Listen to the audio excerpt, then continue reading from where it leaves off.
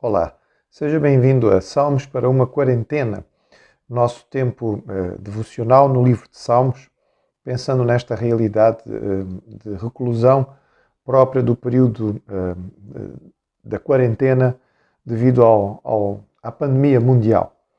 O salmo de hoje que nós vamos ler é um salmo processional, digamos assim. É um salmo que tem a ver com procissão ou com desfile. É um daqueles que são chamados salmos de ascensão, ou salmos que eram usados eventualmente na subida para o local do santuário onde se ia fazer o culto. É também um salmo que está conotado com uma entrada triunfal. Ele descreve a chegada de Deus ao seu santuário, à sua habitação, ao seu local de culto. É o salmo do número 24. E o salmo 24 diz assim: Ao Senhor pertence a terra e tudo o que nela se contém, o mundo e os que nele habitam. Fundou-a ele sobre os mares e sobre as correntes a estabeleceu. Quem subirá ao monte do Senhor? Quem há de permanecer no seu santo lugar? O que é limpo de mãos e puro de coração, que não entrega a sua alma à falsidade, nem jura dolosamente. Este obterá do Senhor a bênção e a justiça do Deus da sua salvação. Tal é a geração dos que o buscam a face do Deus de Jacó. Levantai, ó portas, as vossas cabeças. Levantai-vos, ó portais eternos, para que entre o Rei da Glória. Quem é o Rei da Glória? O Senhor forte e poderoso, o Senhor poderoso nas batalhas. Levantai, ó portas, as vossas cabeças. Levantai-vos, ó portais eternos, para que entre o Rei da Glória. Quem é esse Rei da Glória? O Senhor dos Exércitos. Ele é o Rei da Glória. Então, o Salmo de Davi é um salmo que tem a ver com, digamos, a chegada ao local de culto. Um salmo que tem uma descrição muito bonita a respeito do Senhor e que nos apresenta Deus como, de várias maneiras, como o Criador, como o Salvador e como o Rei da Glória. O salmo começa com a descrição de Deus como o Criador. Uma criação que está bastante ligada à história do Gênesis, porque fala sobre Deus criando e colocando a terra no meio das águas, não é? Ou sobre as águas. Faz parte daquilo que é a descrição original da criação. As águas, depois delas surge a parte seca. E nós sabemos que o planeta em que habitamos tem essencialmente água e há algumas porções secas, que são os continentes. A ideia aqui de mar, para os judeus, era sempre algo bastante atribulado. Os judeus, não sendo um povo marítimo, olhavam sempre para os mares como local de alguma dificuldade e tinham algum receio dos mares. Declarar que Deus, o Deus de Israel, era também aquele que tinha estabelecido a terra sobre os mares, era uma afirmação ousada, porque os deuses dos vários povos tinham conotações diferentes e o Deus de Israel não era visto pela maioria como um Deus que estivesse ligado ao mar. Mas aqui Davi faz esta afirmação com muita segurança a respeito do Senhor como aquele que estabeleceu a terra. Ele é dono de tudo. Portanto, aqui há uma declaração de soberania e de posse. Deus é o dono da terra, e não somente da terra, mas de tudo o que existe nela e de todos os que habitam nela. Todas as coisas, todos os animais e todas as pessoas. Portanto, não há nada que não pertença ao Senhor. E esta declaração, que é repetida em vários salmos, nos faz lembrar, novamente, uma visão bastante adiantada do salmista, numa época em que os deuses estavam limitados geograficamente às terras. Ele vê Deus, o seu Deus, como um Deus que é universal. Ele é dono de todas as coisas e todo o planeta pertence a Ele. Nenhum povo está isento disto. A pergunta do versículo 3 lembra-nos bastante o Salmo 15, portanto é uma pergunta que é feita também em alguns salmos a respeito da condição de se chegar à presença do Senhor. Quem subirá ao monte? Quem pode permanecer no seu santo lugar? Bem, há várias possibilidades de resposta aqui. Talvez a mais correta, biblicamente falando, seja ninguém. Não há nenhum justo, nenhum sequer que possa estar na presença do Senhor. Quem pode subir e estar nesta posição? Apenas Jesus. Ele é aquele que viveu de forma perfeita, de forma pura, de forma digna, e por isso Ele nos estendeu a sua salvação. Se nós podemos, é porque podemos através de Cristo, em nome de Jesus, por causa do que Ele fez por nós.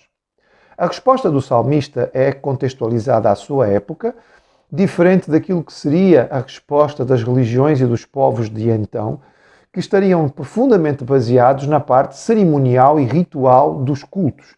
Ele não está preocupado com isto. A resposta dada pelo salmista tem a ver com a situação moral do indivíduo, o que é limpo de mãos e puro de coração. Temos aqui ação e intenção.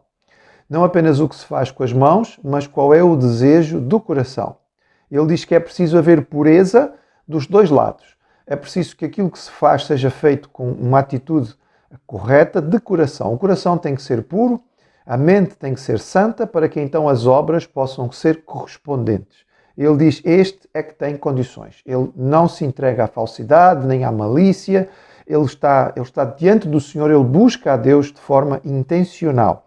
Este obtém do Senhor a bênção e a justiça do Deus da sua salvação. Reparem, ele não ganha o acesso por causa da sua retidão. Mas por causa da sua retidão e da sua busca de andar com Deus corretamente, o Senhor lhe oferece então a bênção e a sua justiça. A única justiça que nos permite chegar à presença do Senhor é a de Jesus. É a justiça que vem do próprio Deus. O pecador não consegue alcançá-la sozinho. Então nós temos aqui, de uma forma extraordinária, muito tempo antes do Novo Testamento, o salmista já descrevendo a necessidade de uma vida que busca ao Senhor, mas o reconhecimento de que a salvação vem de Deus e não daquilo que nós conseguimos fazer. É provável que esta parte aqui de perguntas e respostas fosse separada dentro do tempo do cântico, porque lembramos que o Salmo é um cântico. É muito provável que houvesse grupos diferentes a perguntar e a responder. Talvez os sacerdotes perguntassem e o povo respondesse, ou o povo perguntasse e os sacerdotes respondessem.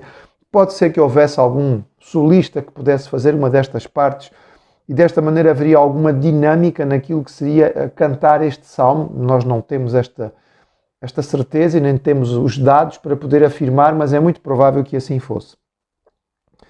Esta geração é uma geração que busca a Deus. E o Salmo evolui então para esta noção de entrada triunfal do Senhor.